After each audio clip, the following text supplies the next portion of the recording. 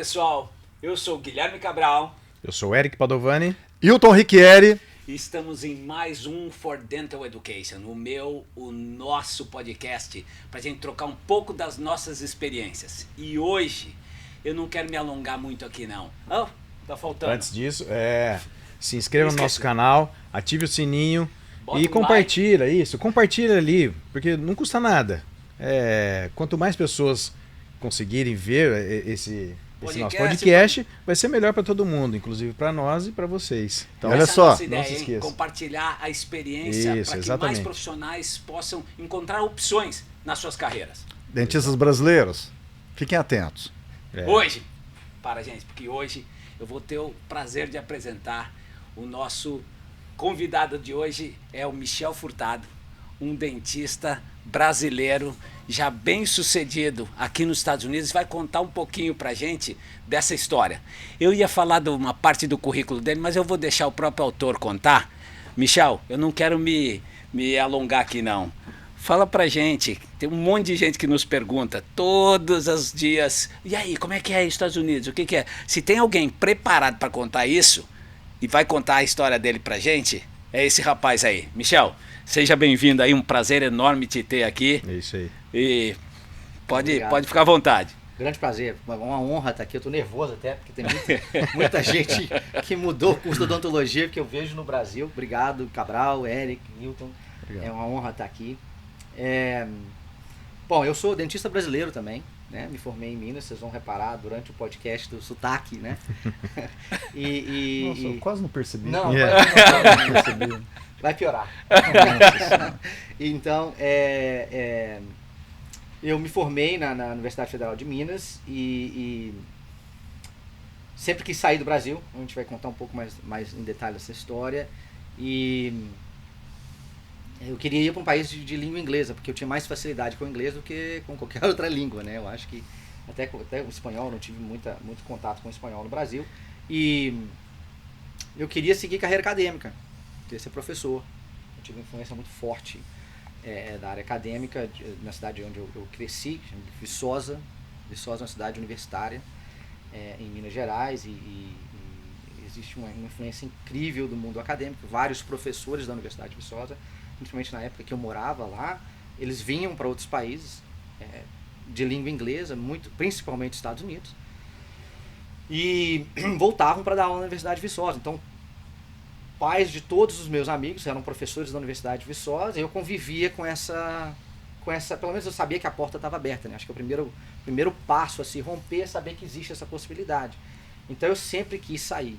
E isso na graduação, você já tinha essa ideia? Não, isso no segundo grau, adolescente. Já antes da faculdade. Adolescente, legal. Moleque. Por quê?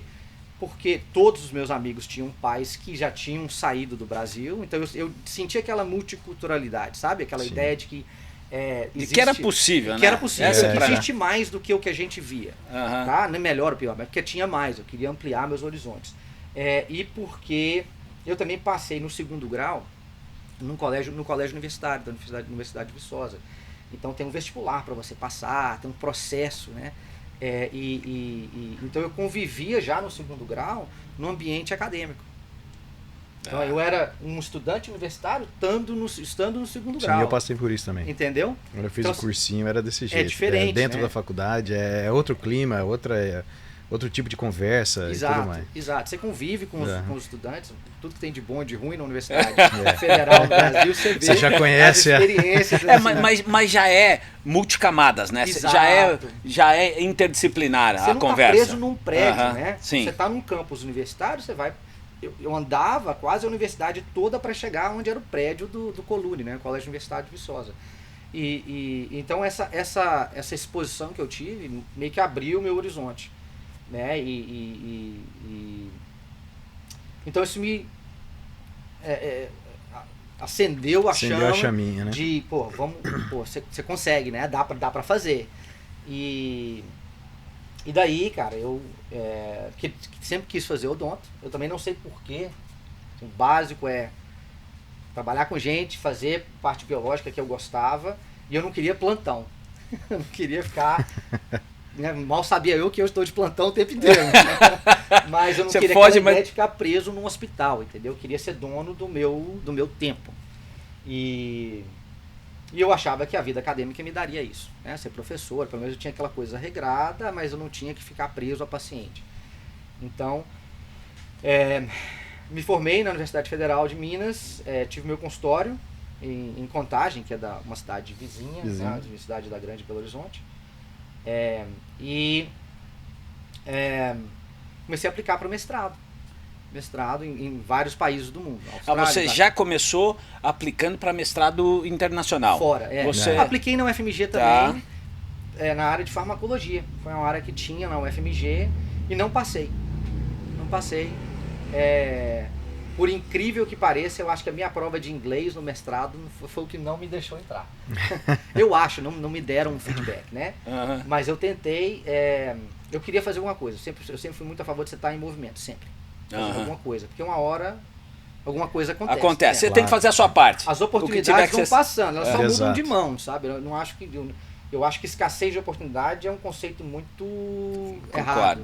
Tem, na verdade, abundância de oportunidade. A questão se você não está está preparado, pronto, você não enxerga ela. também se Exato. ela está passando, né? Ela está passando, às vezes está passando lá em cima, você exatamente. não está vendo. Você está aqui, ó, você não consegue ver, né? Você tem que subir a montanha, né?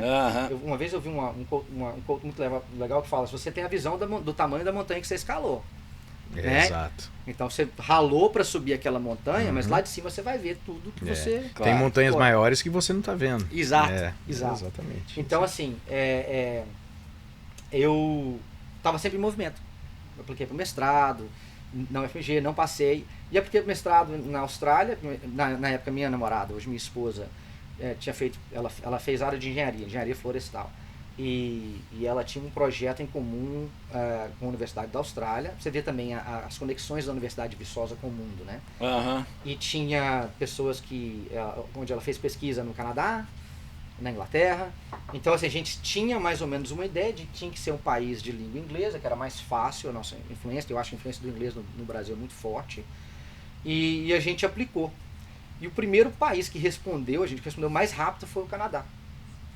Então, no Canadá existia um sistema muito específico, na época, que o Canadá pagava para você ser aluno de graduação, de pós-graduação, né, para fazer o mestrado e doutorado. Só que você tinha que passar pelo crivo, por todo o processo, né, que não era fácil. E você vai aprendendo tanto que é difícil, né? À medida que você vai fazendo. Não tinha internet, você não achava nada. E nessa época você já tinha a área que você queria? Não. Aplicar? Eu gostava de cirurgia. Tá. Tudo que fosse relacionado estava valendo. Era eu. Tá. Era o que eu queria. Tá. Em cima disso você foi onde tinha esse domínio aberto nas universidades estrangeiras. Exato. E a minha esposa foi num congresso na universidade em Toronto, na área dela, uma vez com o pai dela. O pai dela também é da área de engenharia florestal. E eles visitaram a faculdade de odonto, procurando contato. Vamos ver o que a gente pode, onde que a gente pode. E eu, antes deles irem, eu já me preparei, entrei no website da Universidade de Toronto, pesquisei os perfis dos professores, falei, olha, esse professor aqui faz uma pesquisa que é da área que eu gosto. E tinha um professor da área de pério, que fazia pesquisa numa área que eu gostava. E eles foram lá para entrar em contato com esse professor. Só que eles foram na época era de férias. Não tinha professor nenhum na faculdade.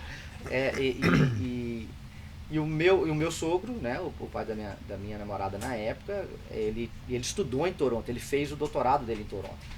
E uma história interessante, deixa eu ver como é que são as coisas, né? Aí eles andando dentro da faculdade de odonto e olhando as fotos e tentando achar alguém, que não tinha ninguém. Eles falaram que estava deserta a universidade, a faculdade.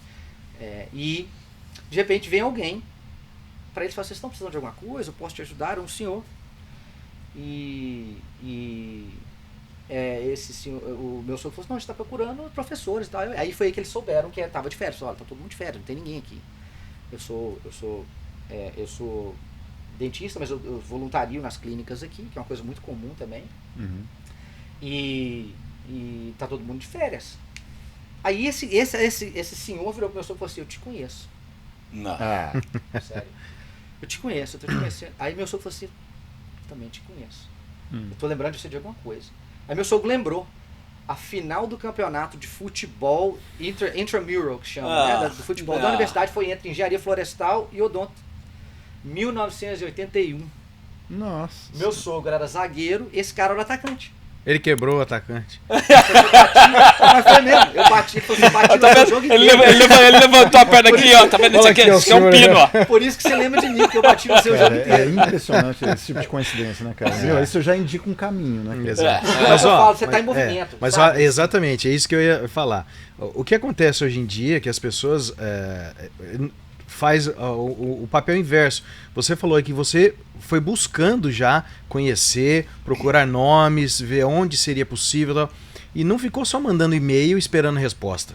Você procurou o caminho correto e quais pessoas você procurar para chegar nisso daí. E hoje em dia a gente vê o paradoxo todo mundo esperando, disso. né? Muita Esperando a gente oportunidade esperando chegar. a oportunidade chegar, ao invés de dar um passo à frente, Não, né? você tem que se expor, Isso né, cara? Você tem assim, que se expor para que o universo conspire e movimente os pauzinhos lá para que alguma coisa aconteça em seu favor. Que se você não se movimentar... Então, e aí muita gente pensa assim, mas o Michel teve sorte. Não é sorte, cara. É estar sucesso, preparado. Meu sucesso instantâneo demorou 20 anos. Né? Exato. É isso aí, é isso aí. Mas e aí, e esse jogo de futebol? E aí? Não, aí virou conversa de amigo, né? Aí ele falou, olha, não, eles não estão aqui e tal, mas... Aí meu sogro falou assim, você conhece algum brasileiro aqui? Aí ele falou assim, não, tem sim, tem um aluno de doutorado que é brasileiro, não sei se vocês vão conseguir achá-lo. E esse aluno de doutorado brasileiro era aluno de doutorado do professor que eu queria aplicar. Meu Deus.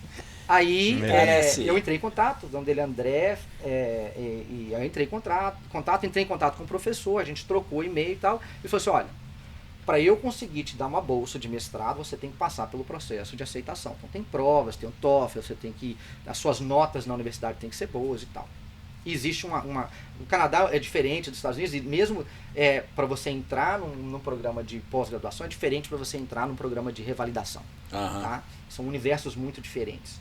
E tem portas diversas que você vai descobrir na medida que você vai apanhando, né? Então, esse professor falou assim, olha, passa que eu tenho a bolsa para você. Eu tenho fundos do governo e tal, e da universidade. Passa no processo e eu te aceito. Falei, beleza, agora a bola tá do meu lado. Aí eu comecei. Aí fiz o TOEFL 3 vezes para conseguir a nota que eles queriam. Só para ter uma ideia, lá no Canadá, qual era a nota mínima para acessar? TOEFL, você tinha, você tinha, na época eu fiz o IBT, ainda tem o IBT hoje, né, que é internet-based. Você tinha que tirar 20 em todas as sessões. São 4 sessões: listening, writing, speaking, reading, né? Então você tinha que tirar pelo menos 25, que o mínimo era 100, em 30, né? 30 pontos cada sessão. Então eu tirava 27, 28 em todas, menos writing, menos na parte escrita. E eu sabia que eu estava faltando alguma coisa. E minha esposa a mesma coisa. E minha esposa falava muito inglês muito melhor que eu, sabia inglês muito mais que eu. Minha esposa fez o TOEFL 7 vezes. Quer dizer, ao mesmo tempo que eu estava tentando na universidade, na faculdade de odonto, ela estava tentando na faculdade de engenharia. Né? Isso vocês estavam tentando no Brasil? No Brasil. Estava fazendo tudo. E aí começa a primeira dor, né? Quer dizer, a oportunidade estava ali, mas você não estava preparado o suficiente. Quer dizer, todo mundo acha, não, encontrou oportunidade, vai acontecer. Não, na verdade, agora vem a parte mais difícil, não para de mexer. Que é o obstáculo maior, não é a oportunidade aparecer, é você estar preparado. Você executar. E agora, o que eu preciso para poder enfrentar? Você executar. E aí, não é uma vez o TOEFL, não foram duas, né? Não. E às vezes a gente acha que, tá bom, agora você pode ter o inglês, mas tá faltando o resto. Quer dizer, então, assim, eu descobri pela Universidade de Toronto, conversando com a secretária do Departamento de Pós-Graduação, que existia uma equivalência, né? Existia uma maneira de eles avaliarem as notas no Brasil, e eles tiravam 10 pontos. Era um corte assim. Tá. Cada universidade, principalmente na área de pós-graduação, eles vão ter um sistema. Pelo menos na época tinha, não sei como é agora. Na parte de revalidação, é mais... Tem uns standards, é muito mais... As regras são iguais para todas as universidades. Na parte de pós-graduação, a Universidade de Toronto, especificamente, queria que você tirasse pelo menos B+, que é o quê? 85? Média 85%, mas eles tiravam 10 pontos da sua nota. Ou seja, caía para 75. As minhas notas tinham que ser 95 para eu conseguir passar no processo, no crivo da Universidade de Toronto. Entendeu? E olha, cara, eu nunca fui o melhor aluno da escola, da faculdade. Nunca fui. Claro. Nunca fui. Não era ruim. Nunca fui ruim, Mas não é era uma o época melhor. de imaturidade também, Exato. né? Você não sabe o que vai acontecer depois, Exato. senão você teria aproveitado a graduação, mas você não Exato. sabe. O que me salvou foi que na UFMG tem os primeiros 2 anos era um ciclo básico, né? Matérias básicas, na época era 4 anos e meio. 2 anos e meio era ciclo profissional, ciclo clínico. Clínico, né? Então, na parte clínica, eu sobressaí. Tá. E nos últimos 6 meses a gente fazia uma coisa que chamava internato rural. No internato rural a gente ia para a cidade do interior de Minas que não tinha dentista. Cantão mesmo. Tinha a coordenadora da matéria do internato rural que visitava a cidade, mas você basicamente ia para uma casa alugada pela universidade. Ficava 2 alunos de odonto, 2 alunos de medicina na mesma casa e nós éramos o time de saúde da cidade. E atendendo a galera, em geral. Atendendo todo mundo, de criança a adulto, velho, tudo, assim, dos mais variados problemas. Experiência única, fantástica. Você cria raiz, você cria amizade, você conhece muito de comportamento humano em várias camadas. Então, assim, foi uma experiência fantástica. E foi o que me salvou. Porque no internato rural, eu tirei 100.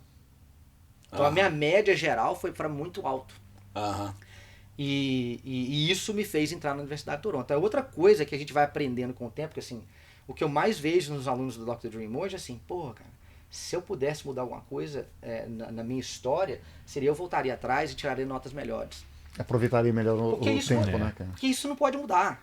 Isso não pode mudar. Você pode fazer outros cursos, você pode fazer uma especialização, você pode fazer coisas a mais, mas as suas notas da graduação você não pode mudar. Então esse foi o processo de eu entrar na Universidade de Toronto, para o mestrado. Aí, olha... Deixa eu só fazer uma adenda vai aqui. Vai virar uma resenha. Eu acho que, agora o Michel contando a história assim, eu acho que o que fez ele se apaixonar pela esposa dele foi o sogro. O maior interesse em tudo era o sogro. Deixa eu pesquisar o sogro primeiro. Eu entrei no site da Universidade de Viçosa e falei, espera aí, qual que é o melhor sogro aqui? Eu quero ir para Toronto, esse aqui já fez coisa em Toronto. Eu vou passar esse podcast pra ele vai gostar. O Ericão, e uma outra coisa também que o Michel aqui, nas palavras dele, remeteu a um pensamento meu. Cara, o jovem, ele tem uma única moeda, o tempo, a seu favor. Então, cara, se o jovem quer alguma coisa melhor, sabe o trenzinho que tá passando da sorte? Entendeu? Quer aproveitar essa moeda? Aproveita o tempo, faz o tempo render alguma coisa em favor. Claro. O problema é o jovem entender a importância disso, porque na visão do jovem, naquela cosmovisão que é pequena por conta da idade, né? Ele pensa, eu tenho o resto da vida. Cara, você não tem o resto da vida, porque o que vai acontecer com você ali na frente, ó, depende do que você está fazendo. Você sabe que agora. Eu vi isso na com minha aquela graduação. única moeda que você tem, que é o tempo. Então, eu vi Aproveita isso na minha tempo, graduação, então. porque eu fiz a faculdade lá, Unesp, em Araçatuba, no curso noturno. Né? E o curso noturno tinha um diferencial. Você estudava só à noite, mas eram 6 anos de faculdade, diferente dos 4 anos do período integral. Só que acontecia, esse curso foi pensado numa classe trabalhadora, a galera que trabalharia o dia inteiro, que era durante o meu caso, e à noite fazia faculdade. Só que não é isso que aconteceu, na verdade, né? Então, sim, a gente tinha muitos alunos lá fazendo curso noturno que durante o dia o cara... Fazer o que quisesse. Fazer o que quisesse. Só que na minha turma de 30 alunos, pelo menos uns 20 se enfiaram dentro da faculdade, cara. Então, da minha turma que se formaram 22 alunos, hoje, dentro da própria Unesp, se eu não me engano, são 7 ou 8 professores. Quer dizer, eles aproveitaram o tempo. Aproveitaram o tempo. Porque ao invés de ficar aí jogando bola e festa e academia, não sei... Não, a galera se enfiou na faculdade e aproveitaram mesmo. É aproveitar. Exatamente. Cada um sabe o que faz, aonde é feliz, né? Agora, o Michel tocou num outro ponto que para mim é fundamental, e aí, por 2 motivos. Você falou das matérias básicas, né? E teriam tirado notas melhores. O que eu vejo ao redor do mundo, com todas as equipes principais que eu trabalhei, é que os principais profissionais que o mundo inteiro reconhece, os que têm os livros, o que são livros de cabeceira para todo mundo, o que eles têm de diferencial é que eles entendem mais do que a média matérias básicas. Básico. Eles entendem mais histologia, fisiologia, materiais dentários, a bioquímica, a mecânica do processo, a engenharia de materiais. Quer dizer, são matérias básicas que levam você... O problema é que a gente aprende as matérias básicas na nossa na fase mais na imatura. entrada, né? Na entrada mais imatura da faculdade. A gente entra muito cedo na faculdade no Brasil. Muito Sim. cedo. A necessidade de você escolher uma carreira com 18, 19, 16 anos, cara, eu acho um crime, assim, às vezes. Eu falo, pô, eu não tinha maturidade nenhuma. E eu admiro demais, eu tinha colegas que tinham essa maturidade, sabe? Então as escolhas que a gente faz são poor choices, que a gente fala em inglês, são escolhas ruins, sabe? E a gente não entende essa conexão que você está fazendo. Exato. Você não entende que histologia, fisiologia, anatomia básica, tudo isso, cara, vai fazer uma diferença. Por mais que não tenha nada a ver com odonto. Mas a sua capacidade, cara, de criar mecanismos de aprendizado dentro do seu cérebro, porque você está aprendendo aquilo, que às vezes não tem São nada os a ver tijolos, né, cara? Você está criando os base, tijolos Bicho, do que você isso quiser vai te construir. facilitar, às vezes, depois para fazer um curso de marketing, um curso de business. Eu não falo um curso formal, não, porque depois quando você for dentista ou quando você tiver um consultório, você vai ter que estudar isso, cara. Claro. Tá? E aí entra dois pontos aqui. Um ponto do tempo que o Wilson falou e o ponto da ciência básica. O ponto do tempo é o seguinte, dá tempo de você fazer tudo. Dá tempo de você aproveitar e estudar e ser bom. Os melhores, eu falei que eu não era o melhor aluno da turma. Os melhores, as pessoas que passaram com a maior nota no vestibular da minha turma, os 5 primeiros, estavam em todas as festas, estavam em todas as baladas, todas elas. Mas, cara, eu era muito amigo do cara que passou em segundo lugar. O cara fazia alemão, o cara fazia... o cara malhava normalmente, cuidava da saúde dele. Saía pra bagunça? Saía, mas é um cara que se cuidava e estava sempre estudando com antecedência. Disciplina, né? Exato. Disciplina. Mas essa é a maturidade que eu, por exemplo, não tinha. Né? É um universo que se abriu pra mim quando eu vim de uma cidade interior pra UFMG. Eu falei, pô, cara, isso tudo, peraí, deixa eu conseguir absorver, eu processar isso tudo. E foi imaturidade minha, foi falta de conhecimento meu, mas eu nunca... Eu morava com minha avó em Belo Horizonte, meus pais moravam no interior ainda, quando eu fiz faculdade, e minha avó falava que, eu não sei, falou de mineiro, minha avó me chamava de rancão. Você é muito rancão, de arranque, sabe? De falar, de arranque. Por quê? Porque eu não desistia, cara. Eu não sei, assim, a gente fazendo o TOEFL, a história do TOEFL, a minha esposa, assim, e depois fazendo os boards também, quando eu fui revalidar, a minha esposa falou assim, Michel, mas qual que é o plano B? Assim, se isso não der certo, eu falei assim, não existe essa possibilidade. Não tem plano B. Não tem plano B, né? Que plano B? Que plano B? Plano B é quando você se prepara para o fracasso. Plano B pra quê? Assim, eu não entendia e isso me ajudou. Essa era uma parte minha que me ajudou, porque eu não desistia. Eu pensava assim, pô, cara, beleza, eu tenho oportunidade do Canadá, eu só vou pensar nisso, eu só vou fazer isso. Tá bom, as notas não vão dar, eu vou tentar outro lugar. Exato. Tá, meu plano B era assim, Canadá, a Universidade de Toronto não é pra mim. Mas o foco principal que é fazer mestrado ou doutorado fora... Eu vou fazer. Eu nunca tive dúvida na minha vida que eu ia conseguir aquilo. Onde, cara? Eu era novo, não tinha filho. Meus pais me davam maior apoio, assim, de eu sair. Falava, olha, cara, tá dependendo de mim. No que depende de mim, bicho... Não, você tocou numa palavra fundamental, cara. Autoconfiança. Você acreditou em si mesmo e pronto. E você foi, aí você chegou no Canadá, conseguiu fazer os exames, conseguiu... Não, pô, aí a novela começa. Deixa eu ver. Esse era o começo, né? Não, cara, pô, aí que aconteceu? A gente acha que é o final, pô. Não, olha a história, velho. Aí, tá. Ele tá no Canadá ainda, né? Não desceu. Não, desceu, começou a ficar melhor, porque aí eu já comecei a calibrar. A entender o sistema, né? De Toronto pra Flórida, que ainda tem um caminho. Tem um caminho, cara. Ainda parou no meio do caminho ali no Texas. Ali no Toronto foi 2005, 2006, 2008, pô. Tem muita história. Então, aí tem que casar, né? Aí meu sogro viu pra mim, Michel, pô, você quer que eu compre aliança? Tá esperando o quê? Tá eu já te botei na Universidade de Toronto. Eu já sei que você me achou na internet, só por causa da minha... Pô, agora você vai ter que casar. Aí, pô, casei, melhor coisa que aconteceu na minha vida foi o meu casamento, eu sempre falo. Isso não é piada, a gente faz piada, eu faço piada de esposa e tal, minha esposa sabe disso. Mas a gente namorou um tempo longo o suficiente que a gente se conhecia e que a gente sempre... confiou um no outro e criou um plano junto, que isso pra mim foi o alicerce da minha vida. Pô, não tenho... Meu sogro sabe disso, cara, ele é um cara... E a gente falando assim, que é possível essa questão de autoconfiança, meu sogro fala uma coisa que eu carrego comigo o tempo inteiro, eu falo assim, bicho, se ele conseguiu, por que eu não consigo? Claro. Eu sou feito dos mesmos elementos que aquela pessoa Exato. né? Ah, mas ele é mais inteligente. Bicho, eu trabalho o dobro. Você é mais inteligente? É isso aí. Eu vou pôr 24 horas de trabalho em cima disso. Tem aquela história, né, que o sucesso deixa rastro, né? É. Basta você seguir o mesmo passo. Pode ser que você Exato. não vá na mesma velocidade, mas é só manter a constância e a direção Exato. que você Autoconfiança, chega lá. motivação, Exato. disciplina. Disciplina. Exatamente. Eu acho que é o mais difícil, É. no meu pensamento, é disciplina, cara. Daí A gente tem muito É. distrativos no meio do caminho, Exato. muita coisa pra gente... Tem muita, Perdeu o foco. Tem muita bala, né? Muita É. docinho na sua frente que você tá Isso. querendo, aquela satisfação, aquela gratificação Imediata. Imediato. E Isso. você se perde o foco, né? E é difícil, eu entendo que é difícil.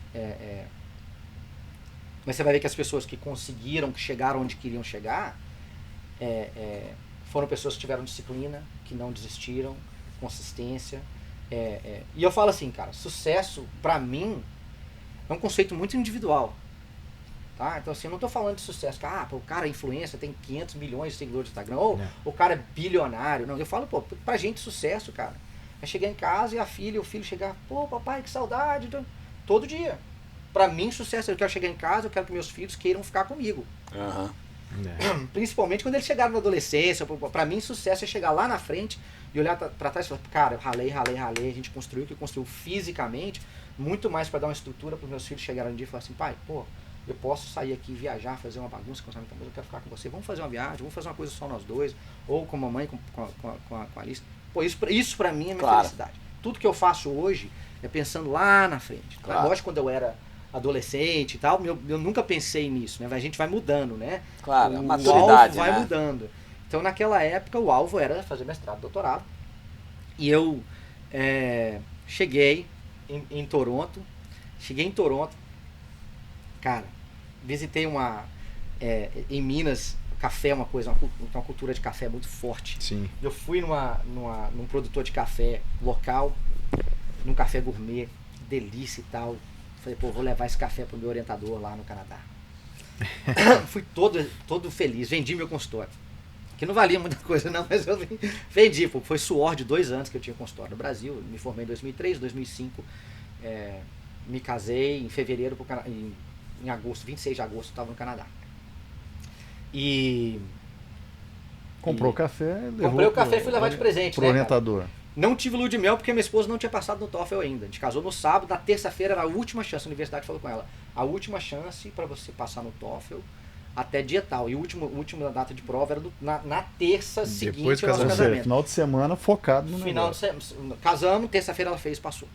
Puta, que É o que eu tô falando, nosso sucesso imediato isso tem aí. 20 anos. Aham. Demorou 20 anos.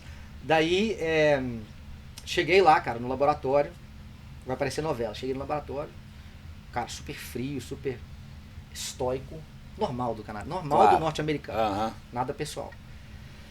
Sentei com ele, olha, tô aqui pra começar. Olha, tô à disposição, me mudei e tal, trouxe aqui um café pra você, um café muito famoso na minha região e tal, e tô à sua disposição. Ele falou assim, olha, infelizmente eu não vou poder te aceitar. Eu já aceitei um aluno antes e o meu stipend foi para ele, eu achei que eu ia conseguir uma bolsa e não consegui, eu não vou poder te aceitar. Puxa vida. E outra coisa, eu não bebo café. Eu não sei Que qual que será que isso é mesmo? eu Foi lá, pegou o pacotinho e jogou no lixo assim. Eu falei, não, mas deixa então. Eu falei, deixa então pro pessoal do seu laboratório. Ele falou assim, tá bom. Aí o mundo caiu, cara. Eu falei, pô, o que eu vou fazer, meu? Sabe? E a minha esposa tinha começado o mestrado dela já. E você precisava disso para ter uma bolsa do laboratório? Eu tinha Ou passado... você já tinha? Não, eu tinha passado pelo processo de aceitação da universidade. Eu Tá. precisava de um orientador com bolsa Tá. para me aceitar. Mas então, até a aí, burocracia de prova... até aí a sua vida ou o arrangement, né, a negociação financeira já estava feita. Se eu conseguisse um orientador com bolsa, eu conseguia dinheiro. Se não, não. Se não, não. Então, minha próxima... E eu não sabia disso. Na época, eu falei assim, agora acabou. Agora eu vou ter que fazer alguma coisa. Né? Eu vou ter que me virar. E a minha esposa tinha começado o mestrado. Eu nunca, em momento nenhum da minha cabeça, dos nossos planos, existiu a ideia da gente fazer alguma coisa ilegal, de eu trabalhar informalmente para conseguir, porque o dinheiro também, a grana não era Claro, sobrando. Claro. Então, a minha esposa, ela, como podia trabalhar, começou a trabalhar na universidade para ajudar a manter. Porque eu já não ia receber nada. E a gente morava num apartamento subsidiado pela universidade, então ficava mais barato. Então a gente viveu bem básico, frugalmente. Extremamente vida frugal. E eu não sabia o que fazer. A primeira coisa que a gente fez foi entrar em contato. O que a gente faz? Vamos procurar alguém que conhece, que é da nossa cultura. Fui lá conversar com o André. Falei, André, o que aconteceu? Ele falou, Michel, cara, eu não sei nenhum... Ele falou assim, agora você tem que achar um outro orientador que vai te aceitar. Então, pra mim, a minha pesquisa que tinha durado um ano e meio, para achar um orientador do Brasil, eu tinha que fazer em tempo recorde dentro da universidade. A vantagem é que eu já estava dentro da universidade, né? Então, assim, os professores estavam todos lá. Daí o André falou assim, tem uma outra brasileira, Vanessa, que está num laboratório muito legal, que é da área de cirurgia, de biomateriais, de implante e tal. Eu vou te apresentar para ela, de repente, né, abre uma porta. Cara, me apresenta para a Vanessa, eu mando um e-mail para a Vanessa, ela me liga, Michel, amanhã, sábado de manhã, se você quiser me encontrar no laboratório, eu vou lá, te apresento o laboratório e tal. Eu falei, Vanessa, não, mas a hora que você quiser, pô, eu tô Pode aqui ser agora, né? Tô por conta. eu tô aqui com o chapéu na mão, né? Aí ela falou assim, não, de manhã no laboratório. Cara, passou a manhã comigo no laboratório. Falou, ó, esse mostrando os pôsteres, era um corredor, chama Instituto de Biomateriais e Bioengenharia Médica. Não era nem no prédio da Odonto. E era um andar inteiro só de pesquisa de bioengenharia médica. Então tinha engenheiro, tinha médico, tinha dentista, tinha aluno que nem tinha graduado fazendo doutorado, que é uma coisa comum também na América do Norte. Você não precisa fazer a graduação para fazer a pós-graduação. Você já vai pode fazer cumprindo os requisitos, né? Tudo. E aí, assim, e tinha pessoas de outros laboratórios, e do laboratório onde a Vanessa era pós-doutoranda, e eu não sabia, ela era o braço direito do orientador, do professor lá. E o professor chama John Edward Davis, John Davis, quem é da área de implante, de caracterização de superfície de implante, de biomateriais e de célula-tronco, conhece o John Davis. Não tem como você não conhecer o John Davis. Eu não conhecia. E a Vanessa passou a manhã me apresentando, falando, olha, esse pôster trabalha assim, foi mostrando pôster. Ah, obrigado. É isso. Daí a gente passou a manhã no laboratório e ela falou, olha, eu posso te apresentar pro Jed, a gente chama de Jed, né? John Edward Davis, J-E-D, né? Jed. Eu posso te apresentar pro Jed, que é outra coisa, né? O que eu percebi de cara assim, em alguns lugares você ia na faculdade de odonto, assim, Dr. não sei o que. A gente falava Dr. Davis ou Jed, mas os alunos chamavam o cara de Jed, né? A proximidade. Era maior. Não tem essa barreira, né? Então, assim, eu já achava assim, pô, que legal, né?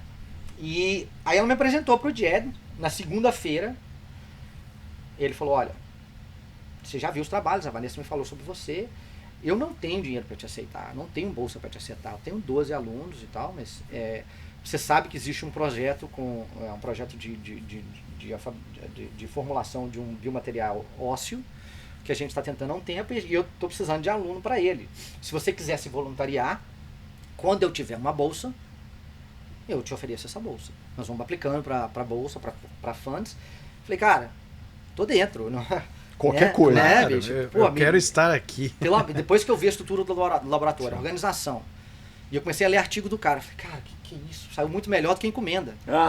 Ainda bem que deu errado lá. Exato, a gente não entende isso. Isso, tá tudo o não, mim, né? Ninguém gosta de mim, ai, tadinho de mim. Cara, eu caí no laboratório e falei assim, bicho, e na época, hoje eu sei, eu não entendi a dimensão daquilo.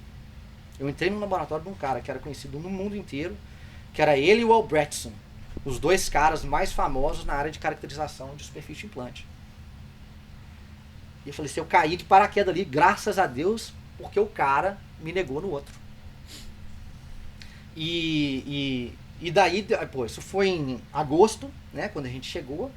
Em dezembro, na festa de Natal do laboratório, ele me chama no office dele e fala assim, olha, bem-vindo ao grupo.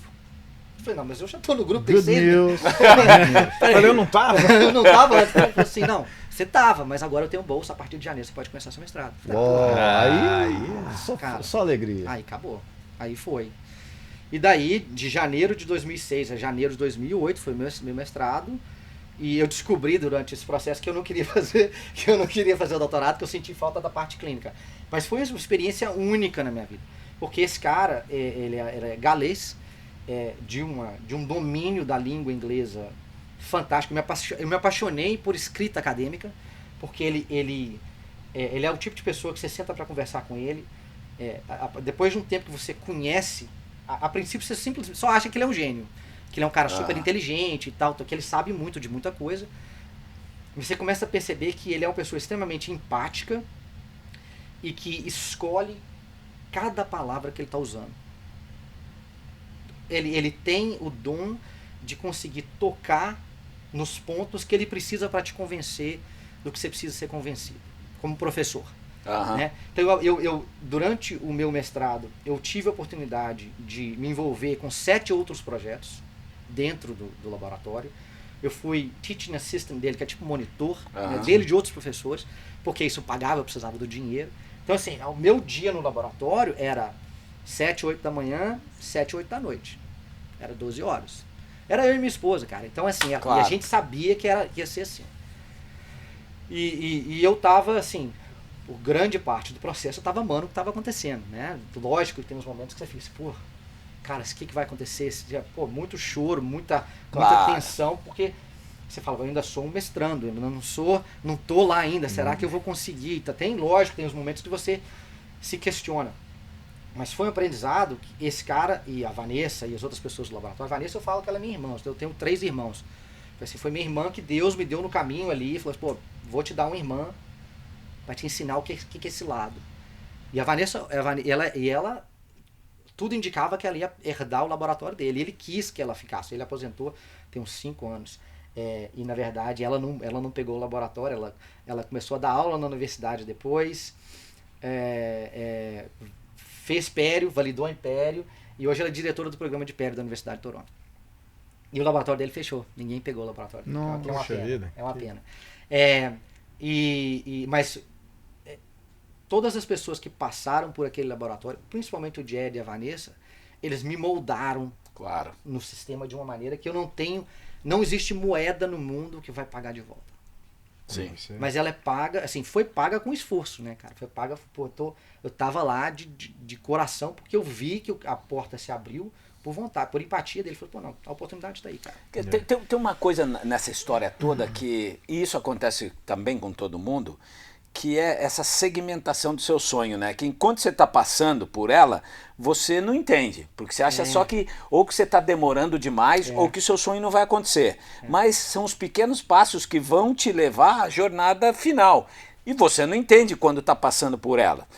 Porque você passou por tudo isso tentando chegar a algum lugar e você só está no Canadá. Cara, isso são só 2 anos. Só são 2 anos. Quer dizer, e no meio disso é essa dor que você tem que gerenciar. Né? Porque esse desconforto que você fala, pô, mas é isso mesmo? Mas você todo dia confrontando, mas é isso mesmo? Canadá, deu certo. Fez o seu mestrado. Não, nesse processo, você imagina assim, quantas pequenas falhas não aconteceram? Claro. Sabe? Isso me lembra 2 palavras. O caminho ao sonho não é nem linear e muito menos retilíneo. Não, você não tá ali, nunca. Pra aqui, pra cima, pra baixo, às vezes para, às vezes vai pra baixo, depois pra cima. Você só começa o caminho, né? E aí ele vai construindo por si só. Mas essa é a importância de você estar sempre em movimento. Você tá se movendo, alguma coisa vai acontecer. Então tá, Canadá, aí chegou e eu tava com o doutorado engatilhado, já sabia o projeto, já tinha mais ou menos a ideia, e meu orientador tava esperando por isso. E eu, no último ano do mestrado, nos últimos 6 meses, eu falei, não, cara, eu não quero fazer isso mais. Não quero ser mais. Eu sei que do Brasil eu sempre quis ser professor, eu não quero isso mais. Porque aqui, na América do Norte, é muito bem definido, as competências são muito bem definidas. Você está fazendo pós-graduação, você vai ser professor. Você vai fazer uma especialização, você vai fazer clínica, você vai ser dentista. Clínico. Você não faz mestrado, doutorado para voltar para a clínica. Você não faz isso. Isso é uma coisa você não perde esse tempo. Você não faz isso. Eu nunca entendi. A galera ficar 8, 9, 10 anos dentro da faculdade, aí de repente o cara abre um consultório e começa a atender. Parece uma demanda de mercado, às vezes, que você tem que ter esse status, né? Mas eu digo até com relação à estrutura das faculdades, que a maioria delas são públicas que geram esse tipo de profissional. Então você pensa que o Estado gastou ali, ou suportou esse aluno, investiu por 8, 9 anos e de repente o cara abandona tudo e vai para a área privada. Isso eu nunca entendi. Não, tem um aspecto cultural também no Brasil. No Brasil a gente valoriza muito como mérito. O título, né, cara? O título. Não, né? eu vou. Para eu ser um dentista bem sucedido, eu tenho que validar o meu conhecimento através da titulação. E uma coisa não tem ligação direta com a outra. Né, cara? Esses tempos atrás a gente passou até por uma situação, os nossos colegas lá da minha turma que se formou. Uma colega nossa mandou no grupo nosso lá, falou assim, eu precisava de alguém que fizesse esse tipo de procedimento aí na cidade que vocês estão e tal. Quem que vocês indicam?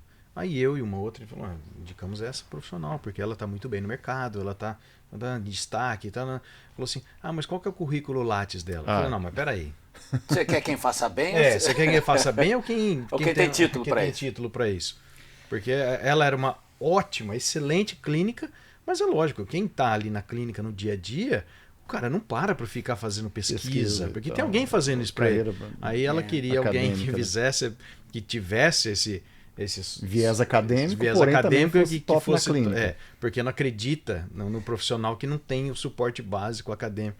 Cara, isso mas isso é melhor para cima, que é melhor, né? Isso mas a América o Norte é diferente, porque aqui nos Estados Unidos especificamente, você pode fazer essa carreira clínica acadêmica, você pode fazer pesquisa clínica, mas é muito bem definido. Ou você é clínico ou você é pesquisador de laboratório. Você vai estar dentro de uma universidade fazendo pesquisa clínica acadêmica, vendo o paciente muito esporadicamente, mas não existe não é a sua atividade de prática primária, principal, entendeu? Então assim, existe uma definição e eu percebi isso e falei, olha, não quero fazer o doutorado.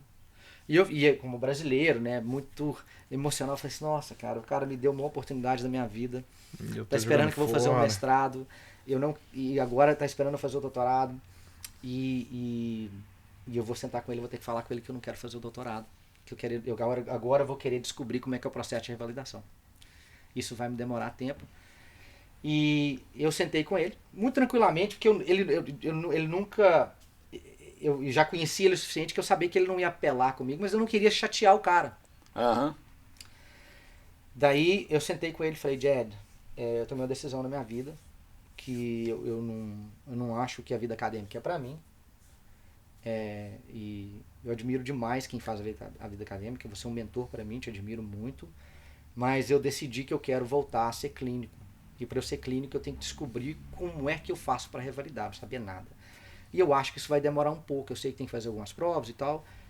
Ele virou e falou para mim assim, o que é um mentor, né? É impressionante. Ele na maior calma falou assim, cara, eu fico muito feliz que você descobriu o que você quer. Lógico que eu vou ficar muito triste se você sair do laboratório, mas eu fico feliz demais que você descobriu o que você quer. Você foi um aluno excelente e a gente publicou vários artigos juntos, você já cumpriu a sua função, mas eu quero te fazer uma proposta. Você está envolvido nos 7 projetos aqui, você é o responsável pelo MicroCT, que é um tomógrafo miniatura que a gente tinha, que a gente fazia muita cirurgia em rato, a gente fazia tomografia das perninhas, dos fêmurs dos ratos e outras partes também. E vários outros laboratórios usavam o nosso MicroCT e gerava renda para o laboratório. E eu era quem coordenava o MicroCT. Ele falou assim, já que você está envolvido nesses projetos, você é o responsável pelo MicroCT, que tal eu te contratar como pesquisador? Eu te pago, você vai ganhar mais do que um aluno. E enquanto você trabalha, você estuda para saber como é que é o processo de revalidar. Então você não tem nenhum vínculo específico para defender uma tese, mas o que você acha? Eu falei assim, cara, fantástico, né, cara? Fantástico. O cara me deu suporte financeiro para eu ir atrás do meu sonho. Eu falei, porra, obrigado. Quer mais? Mais uma oportunidade? De novo, claro, faço sim. Daí eu fiquei mais 3 anos descobrindo o processo de revalidar, trabalhando para ele como pesquisador. E aí a gente publicou mais e tal. E o que aconteceu foi o seguinte, durante o meu processo de descoberta, de novo, não tinha quase nada nenhuma informação confiante na internet que me desse segurança de um processo de revalidar. E eu estava dentro da Universidade de Toronto. dentro da Universidade de Toronto, que é um país que recebe imigrantes do mundo inteiro também, e conversava com os alunos. Eu era monitor de anatomia geral, era monitor de bioquímica, era monitor desse curso de biomateriais do GED. E eu falava assim, como é que você fez para revalidar com estudante internacional? Eu voltei para a faculdade nos últimos 2 anos, eu não queria fazer aquilo. Eu queria fazer cirurgia. Eu falei, eu já fiz faculdade, eu quero fazer especialização. Porque daí nessa fase começa a sua saga da revalidação. Da revalidação, Daí a chave mudou, né? O caminho, é a coisa, nunca é retilíneo, né? A gente acha que é uma linha, vamos, mestrado, doutorado, professor, eu vou viver confortável com o professor a vida inteira. Nada disso, conforto não existe. É uma coisa que você aprende. Conforto é ruim pra você. A pior coisa que... Tá confortável? Tem alguma coisa errada. Tá ruim. Tá ruim. Você tá indo pro caminho errado. Daí, começa a saga da revalidação. E eu tentei, cara, 2 vezes na Universidade de Toronto fazer a prova dos boards e uma prova clínica que tinha que ser feita e eu não passei. Tomou um creu lá. Tomei vários creus. Mas como minha avó dizia, eu sou roncão. Né? Não desisto. E eu descobri, cara, eu não sei porquê, eu não lembro como que eu descobri essa informação, que eu poderia aplicar para especialização. E a especialização me daria licença para disputar o mercado. Para ser dentista. E na época que eu descobri isso, era mais ou menos outubro de 2008. E eu só tinha... E o período de aplicação para as universidades aqui é um período definido. Restrito, Então você não pode aplicar o ano inteiro. E é um processo, né? A gente vai falar um pouco mais sobre a revalidação, mas não é uma prova. É muito mais uma jornada de autoconhecimento seu mesmo, de autoconhecimento seu e da universidade para saber, do curso para saber se você se encaixa no perfil da universidade. E é muito legal a gente destrinchar isso aqui e podemos fazer isso depois, mas o meu processo foi assim, eu fiquei esses 3 anos aí tentando, batendo cabeça, errando, descobri muita coisa, aprendi muita coisa, documentei tudo e descobri que podia aplicar para especialização. Apliquei para uma universidade chamada Temple University, na Pensilvânia, que era a única universidade cujo a data limite, né, a última data que você podia aplicar era 15 de novembro. Estava um mês. Estava um mês. Batia ali com o tempo. E eu não tinha feito os boards e eu não tinha feito o TOEFL. Meu TOEFL tinha expirado. Né? O TOEFL, quando eu entrei na Universidade de Toronto, já tinha passado, já não valia mais. Fiz o TOEFL rápido, que é fácil de fazer, de marcar, né? Tinha um centro perto de onde eu morava. Fiz o TOEFL, mandei meu currículo e recebi a carta de convite para a entrevista. E fui fazer a entrevista. Fui para Pensilvânia, fui eu e minha esposa super felizes. Super felizes. E nisso ela já tinha terminado as coisas dela? Ela estava fazendo o doutorado. Ela estava começando o doutorado dela. Que a ideia dela era mesmo. Mas ela conseguia transferir junto com você? Porque agora tem um interesse dela que agora está divergindo do seu. Pergunta se a gente tinha pensado nisso. Não. Até agora tá todo mundo paralelo, né? Qual que é o sonho? Você vai ter licença de dentista na América do Norte. Depois a gente resolve. Isso era importante, mas no momento era secundário. Claro. Eu tinha um mês, a gente tinha um mês para fazer as coisas. E aquela história, Michel, e ela me perguntou várias vezes nesse processo do Canadá que eu não passei. Se você não passar, Michel, não tem chance de eu não passar. Não tem limite de universidade na América do Norte, não é possível que em nenhuma eu não vou passar. E eu falava, cara, seu pai não fala, bicho. As pessoas que passaram são de carne e osso, são compostas dos mesmos químicos, das mesmas reações químicas que eu tenho. Por que eu não consigo? Claro. A culpa é minha se eu não consigo. Eu tenho que conseguir. Daí, bicho, eu descobri uma coisa que eu não tinha noção. Que eu sabia que o meu mestrado tinha sido importante. Eu sabia que a minha experiência, não doutorado, minha experiência no laboratório com o GED tinha sido importante. Quando eu sentei para fazer entrevista com o diretor do programa de Pério da Universidade de Temple, eu descobri uma outra camada dessa importância. Que a primeira coisa que ele me falou foi assim, impressionante o que você fez com o GED. Pô. Foi a primeira coisa que ele falou. Legal. É impressionante. O seu currículo é fantástico. Por causa disso. Por causa dessa oportunidade que esse cara te deu. Por causa daquele cara que falou assim, eu não gosto de café. Todo dia eu agradeço. Assim, graças a Deus deu errado. Quer saber? Aquele café... Não, eu falei assim, pô, tomara que esse café Tomara que tenha alguém no laboratório que goste de café. Pelo menos serviu para alguma E coisa. como bom mineiro, você ainda fala, será que eles tomaram café? E se tomaram, foi com pão Foi de com queijo? pão de queijo. Eu devia ter levado um pouco de pão de queijo, aí eu ganhava o cara. Mas eu comecei a descobrir isso. É. Eu fui chamado pro programa na entrevista, o que é incomum também. Eu nunca vi isso. Ele falou assim, terminei a entrevista com o diretor, ele digitou uma coisa no computador dele assim, eu vi a impressora atrás. Ele pegou o papel e falou assim, tá aqui sua aceitação. Caramba. Foi aceito. Falei, beleza. Outra camada que eu nunca tinha pensado, porque o gol era passar. Beleza, tem que pagar $80 mil por ano. O quê? Onde é que eu vou arrumar isso? Tá bom, bicho, aquilo passou. Aquilo passou assim. Pagar $80 mil é fácil. O resto. É outra coisa de calibração cultural, porque todo americano gasta centenas de milhares de dólares para se formar, no mínimo 8 anos para se tornar dentista.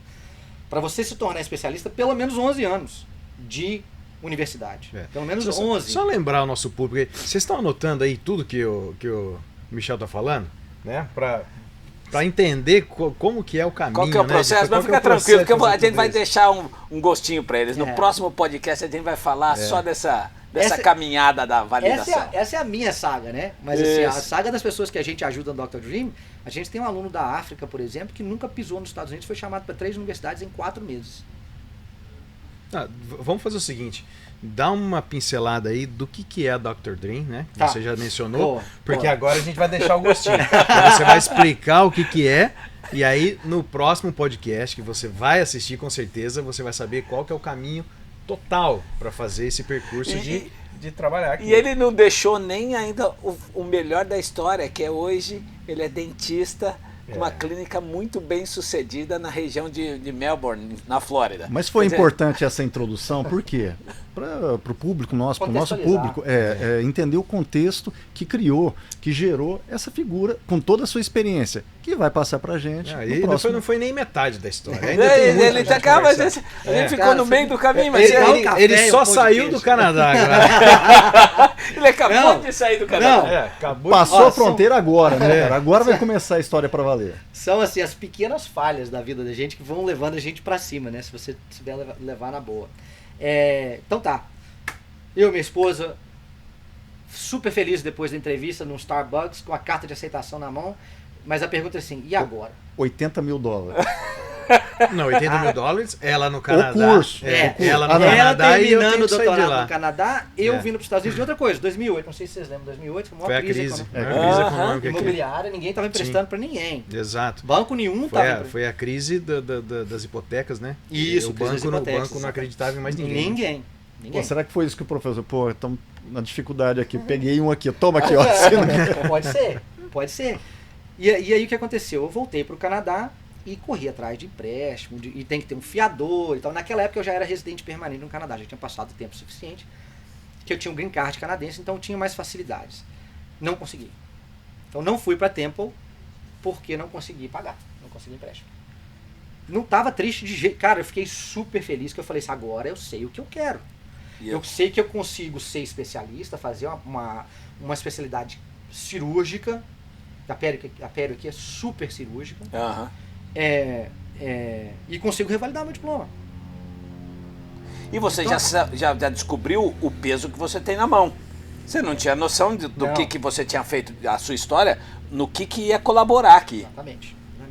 Então, e hoje as coisas não são tão assim. Hoje as universidades não aceitam mais as pessoas sem fazer o board. Hoje está tão competitivo e está tão mais fácil você conseguir aplicar que tem muito mais gente aplicando então o board acaba sendo uma ferramenta de eliminar. Você não tem um filtro. Né, cara? Uma peneira forte. Uma peneira.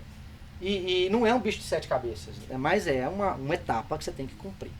O que aconteceu é o seguinte, eu descobri, então, tem um período específico para aplicação, eu só podia aplicar, então, em 2009, para entrar em 2010. Né? Você aplica no ano anterior para entrar em junho e julho, entre julho e setembro do ano seguinte. No ano seguinte, apliquei para 15 universidades, 2 no Canadá, 13 nos Estados Unidos. As do Canadá não me aceitaram, então alguma coisa eu fiz errado, minha calibração de aplicação no Canadá não foi boa, Olha só. Não fui chamado para as 13 dos Estados Unidos, para entrevista pelo menos. eu tive que negar a entrevista porque no meio do caminho eu fui chamado para a Universidade de Connecticut, a Universidade de Connecticut pagava para estudar. Isso para mim era uma coisa importantíssima. Interessante. Então, assim, pagava pelo menos o meu custo porque o mestrado, era especialização mestrado, né, era junto, a especialização me pagava o valor que eu teria que pagar pelo mestrado.